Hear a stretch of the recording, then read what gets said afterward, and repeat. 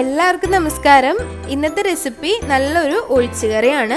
പരിപ്പും കായയും ചേർത്ത് എളുപ്പത്തിൽ ഉണ്ടാക്കാൻ പറ്റുന്ന നല്ല ടേസ്റ്റി കറിയാണ്. എങ്ങനെയാണ് ചെയ്യുന്നതെന്ന് നോക്കാം. ഈ ഒരു കറി തയ്യാറാക്കാൻ വേണ്ടി കുക്കർ എടുക്കാം. കുക്കറിലേക്ക് അരക്കപ്പ് പരിപ്പ് നല്ലതുപോലെ കഴുകി ചേർത്ത് കൊടുക്കാം. സാധാരണ നമ്മൾ കറി ഉണ്ടാക്കാൻ എടുക്കുന്ന പരിപ്പ് എടുക്കുക. തുവരപ്പരിപ്പും സാമ്പാർ പരിപ്പും ഒക്കെ എടുക്കാത്തതാണ് നല്ലത്. ഇനി ആ പരിപ്പ് ഉണ്ടെങ്കിൽ അതെടുത്താലും കുഴപ്പമൊന്നുമില്ല. ഇനി അതിൻ്റെ കൂട്ടത്തിൽ 2 കായ ചെറുതായിട്ട് അരിഞ്ഞത് ചേർത്ത് കൊടുക്കാം. പച്ചക്കായാണ് ഏത്തക്കായ. ഏത്തക്കായ അല്ലാതെ നിങ്ങളുടെ അടുത്ത് സാധാരണ അല്ലാത്ത കായ ഉണ്ടെങ്കിലും ചേർത്ത് കൊടുക്കാവുന്നതാണ്. ആവശ്യത്തിന് ഉപ്പ് ചേർത്ത് കൊടുക്കുക. 1/2 ടീസ്പൂൺ മഞ്ഞൾപ്പൊടി ചേർത്ത് കൊടുക്കാം. കൂടെ തന്നെ 6-7 വെളുത്തുള്ളി ചേർത്ത് കൊടുക്കുക. ചെറിയ വെളുത്തുള്ളി ആണെങ്കിൽ ഒരു 6-7 തന്നെ ചേർത്ത് കൊടുക്കാവുന്നതാണ്. വേവിക്കുമ്പോൾ തന്നെ ചേർത്ത് കൊടുക്കുക. ഇനി ആവശ്യത്തിന് വെള്ളം ഒഴിക്കുക. ഞാനിവിടെ ഏകദേശം ഒരു 1.5 കപ്പ് വെള്ളം ഒഴിച്ചു കൊടുത്തിട്ടുണ്ട്.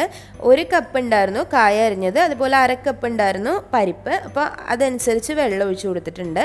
പരിപ്പും കായയും മൂടിക്കിടക്കാൻ പാകത്തിന് വെള്ളം ഒഴിച്ച് ഒന്ന് മിക്സ് ആക്കിയിട്ട് വേവിച്ചെടുക്കുക. ഒരു 3 വിസിലൊക്കെ മതിയാവും. ഇത് അത്യാവശ്യം നന്നായിട്ട് വെന്ത് കിട്ടും. ഒരു മീഡിയം ഫ്ലെയിമിൽ വെച്ച് വേവിച്ചെടുക്കാം. ഈ ഒരു കറിയിലേക്കുള്ള തേങ്ങാരപ്പ് തയ്യാറാക്കാൻ വേണ്ടി മിക്സിയുടെ ഒരു മീഡിയം സൈസ് ജാർ എടുക്കാം. അതിലേക്കൊരു 1/4 കപ്പ് ചിരവിയ തേങ്ങ ചേർത്ത് കൊടുക്കാം. ഫ്രഷ് കോക്കനട്ടാണ്.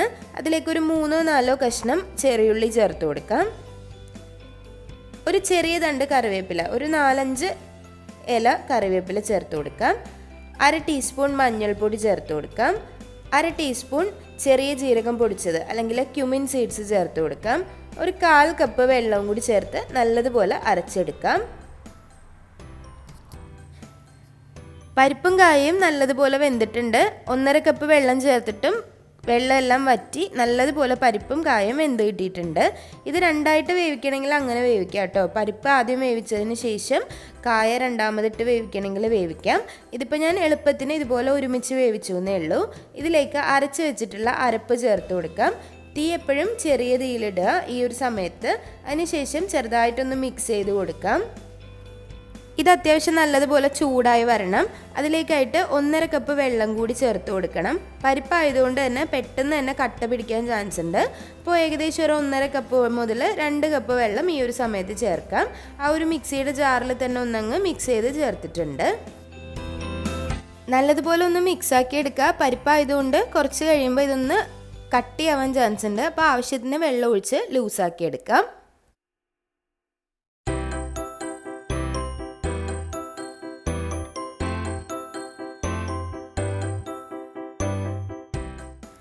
നല്ലതുപോലെ ചൂടായി അരപ്പിൻ്റെ ആ ഒരു പച്ചമണമൊക്കെ മാറിയതിന് ശേഷം മാത്രം ഈ കറിയിലേക്ക് താളിച്ചൊഴിക്കാം.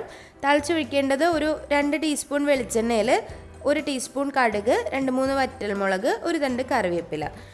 താളിച്ചുകൂടി ഒഴിച്ചാൽ ഈ ഒരു കറിക്ക് അടിപൊളി ടേസ്റ്റാണ്. അപ്പോൾ എല്ലാവരും ട്രൈ ചെയ്ത് നോക്കുക. ഈസി ആയിട്ട് ഉണ്ടാക്കിയെടുക്കാൻ പറ്റുന്ന നല്ല ടേസ്റ്റുള്ള ഒരു ഒഴിച്ചുകറിയാണ്. കുറച്ചുകൂടി ലൂസാക്കി എടുക്കണം എന്നുള്ളവർക്ക് ലൂസാക്കി എടുക്കാം.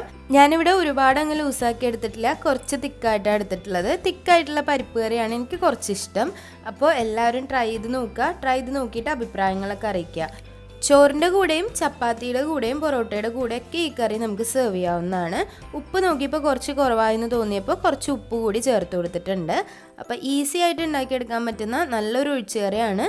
ഇതും ഒരു തോരനും പപ്പടമൊക്കെ ഉണ്ടെന്നുണ്ടെങ്കിൽ ആ ഒരു ചോറ് നമുക്ക് കാര്യമായിട്ട് കഴിക്കാൻ പറ്റും. അപ്പോൾ ഈ ഒരു ലോക്ക്ഡൗൺ ടൈമിലൊക്കെ നമ്മുടെ വീടുകളിലൊക്കെ ഉണ്ടാവുമല്ലോ കായൊക്കെ ഉണ്ടെങ്കിൽ ഒരു 2 കായൊക്കെ മതിയാവും. 2 വേണമെന്നില്ല, 1 കായ വെച്ച് തന്നെ നമുക്ക് ഈ ഒരു കറി റെഡിയാക്കി എടുക്കാം. അപ്പോൾ എല്ലാവരും ട്രൈ ചെയ്ത് നോക്കുക. ട്രൈ ചെയ്ത് നോക്കിയിട്ട് അഭിപ്രായങ്ങളൊക്കെ അറിയിക്കുക.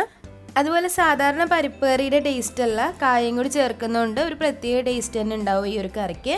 അപ്പോൾ വീഡിയോ എല്ലാവർക്കും ഇഷ്ടമായെന്ന് വിചാരിക്കുന്നു. വീഡിയോസൊക്കെ ഇഷ്ടമാവുന്നുണ്ടെങ്കിൽ ലൈക്ക് ചെയ്യുക, ഷെയർ ചെയ്യുക, സബ്സ്ക്രൈബ് ചെയ്യുക. അതുപോലെ നിങ്ങളുടെ ഫ്രണ്ട്സിനും ഫാമിലിക്കും ഒക്കെ ഒന്ന് ഷെയർ ചെയ്ത് കൊടുക്കുക. പിന്നെയും നല്ലൊരു റെസിപ്പി ആയിട്ട് വരുന്നതായിരിക്കും. അതുവരേക്കും താങ്ക് യു.